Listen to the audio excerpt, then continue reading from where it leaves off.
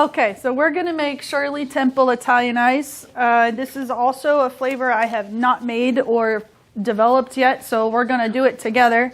It's kind of been my thing today since Jeff wasn't able to come, so I had to come up with some flavors.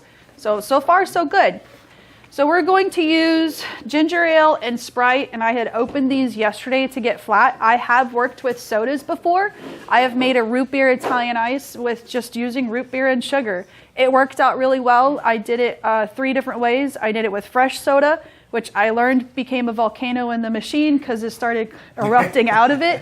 And then I did it with flat soda, and then I also did it with like a concentrate. You know those like soda stream things where you make your own and then it comes with the concentrate? I've made it with that. The 2 that won the votes was the concentrate and the flat soda, believe it or not. So we once again, don't have to use water. We can just go ahead and just use straight soda. And don't worry about, not making it foamy because we want it flat.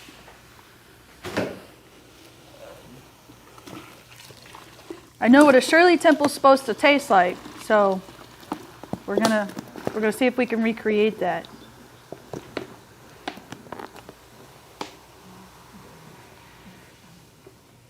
Okay. I don't think we're going to use all these cherries. Cherries are very powerful and very overwhelming, so we'll probably just add a little bit to it once we start the machine and taste it first before thinking about adding any more.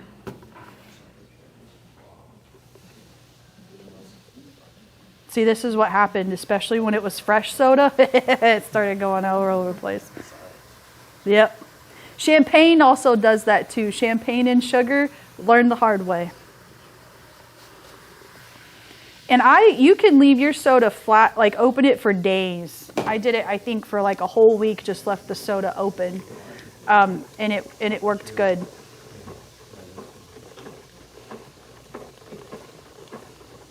I haven't tried it with any other soda but root beer, so this is my second attempt with a soda. And it works well, freezes well.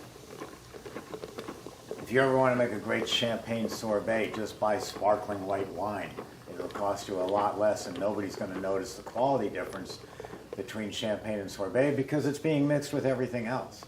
But it's a nice thing to make for parties. Yeah, I made a pink lemonade, pink champagne lemonade is what I did, and I used Country Time pink lemonade. I used pink champagne, and then I had some pureed strawberries in there. Talk about really good Italian ice. Okay, so I think we're good on that. We're going to add some lime juice that I had squeezed. What does it say? How much lime juice? I don't have it. All right, so we're going to add 2. Let's try that. I don't know, guys. How much grenadine? 6 Let's try. That's where a lot of your flavor's coming from, is the grenadine. Oops. Okay. All right. I know. I have to spirit Jeff in here. I'm just going to give that some. All right. Anybody want to be a brave soul and try to pour this in there? Need a new volunteer? Which machine? All right. Come on, buddy. Which machine? CB350. You can show us the stream. So you saw someone very first time pour in a bladder of mix, had no issues. So remember, you're not going to put it on the throat of the machine. Hold on. Okay. Very good. See, he saw that the gate was open and he closed it. Ready? Go ahead, go for it. I can't see, so. Very good. Look at that. Perfect. All right. The whole thing? Yep, Yeah. whole thing.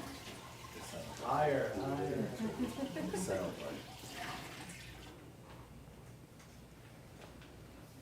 All right. All right, so we're going to go make ice cream. We're going to more recipes. We're going to Italian ice, and we're hitting start. Go let us spin for a little bit, see what happens. If it all comes bubbling out. I hope not. We're going to find out real quick. All right. So this is normally what I do when I'm wanting to see if something's working out well or not. Let's see. It's like a Shirley Temple. What do you think? It's Needs something. it's very sweet. It's very sweet.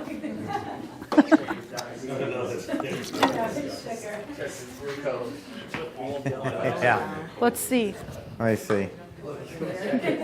More lime juice. Yeah, it's going through. Yeah, more lime juice. Okay. Yeah, the rest of it.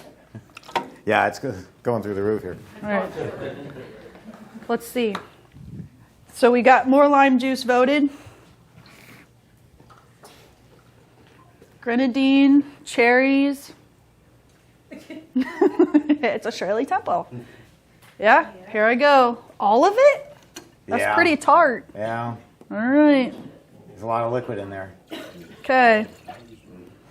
Quick formula. Years ago, I accidentally sent a machine. It was an attorney who bought a machine in Philadelphia, and so we sent the machine to her address. We thought it was the store. It wasn't. Her law firm was in the Philadelphia Stock Exchange. So the machine ends up on the brand new machine. Lady, your refrigerator's here, except it was a batch freezer and it was delivered to the floor of the Philadelphia Stock Exchange. So the lawyer calls up very angry, and lawyers can get really angry. And so to appease, I said I would come down from New York and I would make ice cream with you.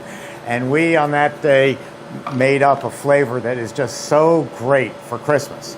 If you're tired of sending Uncle Louie a tie, you give him a few pints of this ice cream. Very expensive to make. Where I grew up, everybody outside the Bronx, everybody was trying to outdo each other at Christmas parties. So one person would have a cake, beautiful cake made. Someone else made great hors d'oeuvres. We made ice cream and used Grand Marnier. Grand Marnier is an orange liqueur. This is a fake Grand Marnier. Grand Marnier is about $50 a bottle. It comes from France. Very distinct orange flavor. And as far as I'm concerned, this is garbage. There's no substitute for Grand Marnier. Kahlua, you can just buy another coffee liqueur, but Grand Marnier is unique to itself. So you take the orange liqueur and you take a dozen or so for this machine, navel oranges, and just grate off the zest. And you put the zest in the machine, pour in most of the bottle of Grand Marnier, and now you've got an ice cream that has the taste, the aroma of the orange liqueur, and it's pure white with little specks of orange in it for looks. So it's a fabulous Christmas ice cream. You'd have to sell it for about $80 or $90 for a tub in your store. But there's always going to be there's some family who's going to buy it just to outdo the Thompsons next door. Yeah. And so that's good enough reason. Go ahead. It just makes a wonderful, wonderful Christmas ice cream. And I really like keeping your flavors like seasonal. Keep your customers engaged, wanting to come back. They know you make the best Grand Marnier ice cream for Christmas. To me, something that special, or this bourbon pecan, maybe save that for just through the September, October, November months, so they know, hey, they make the best. It's kind of like everybody with that hype about Dunkin' Donuts or Starbucks with the pumpkin spice. Do the same thing. Even make wonky flavors like dill pickle Italian ice. Maybe make just one tub of it, but put a sign out. You know what? That's going to get me to go into your store like, they have dill pickle Italian ice. I'm not going to get it. Oh, I would that because I just know what it tastes like. But theory is they're going to come to your store just because they did, but they're going to still order that vanilla. They're still going to order that chocolate, but they came into the store for it. Go ahead. I just found this. Dancy's, have you seen this? Yeah, it's Jeff's. I was going to say, it looks like it was a reject from Walmart. I kept it. I didn't. Just for the bottle. It's anyway. Vanilla from Mexico for $2. Yeah, it's for $2. Vanilla is very, very important to your ice cream. You're going to use it in a lot of things. Buy a great vanilla. I think there's only one, and it's a company called Lockhead. And this is on our website. Christy redesigned the whole new website. It's gorgeous. And Lockhead Vanilla is up there under key suppliers. They're a family business, and they just do vanillas. And this one is called Steve's Special Blend, named after me, flavor 103A. It's only named after me because they I sell so much of it, and I don't even sell it. I just recommend it. But I only recommend things that are really going to be great and make you great ice cream. I don't take a dime from anyone because you can't be honest doing that. If suppliers are always paying you to, talk about their products, you're not giving them the best products. But vanilla is so important that this Lockheed Vanilla is really a great, great company. I agree. I have had multiple of their flavors. I've even had their most expensive Madagascar vanilla. I have had their twofold. I've had their bourbon vanilla, and I'm going to tell you the 103A, it's not 100% natural, but it's... Oh, it is all natural. It's just not pure. Well, okay. So it's a very, very good product. And if you call and say, I want 103A, they'll know exactly where it comes from Steve. So I think we're going to go ahead and pull this. We're at 12 and a half minutes.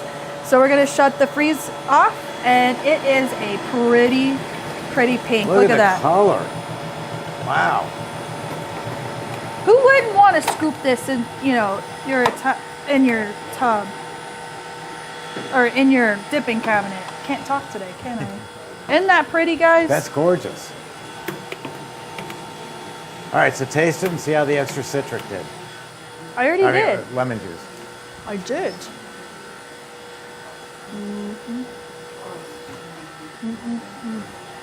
Very good, guys. You can taste that carbonization from the soda.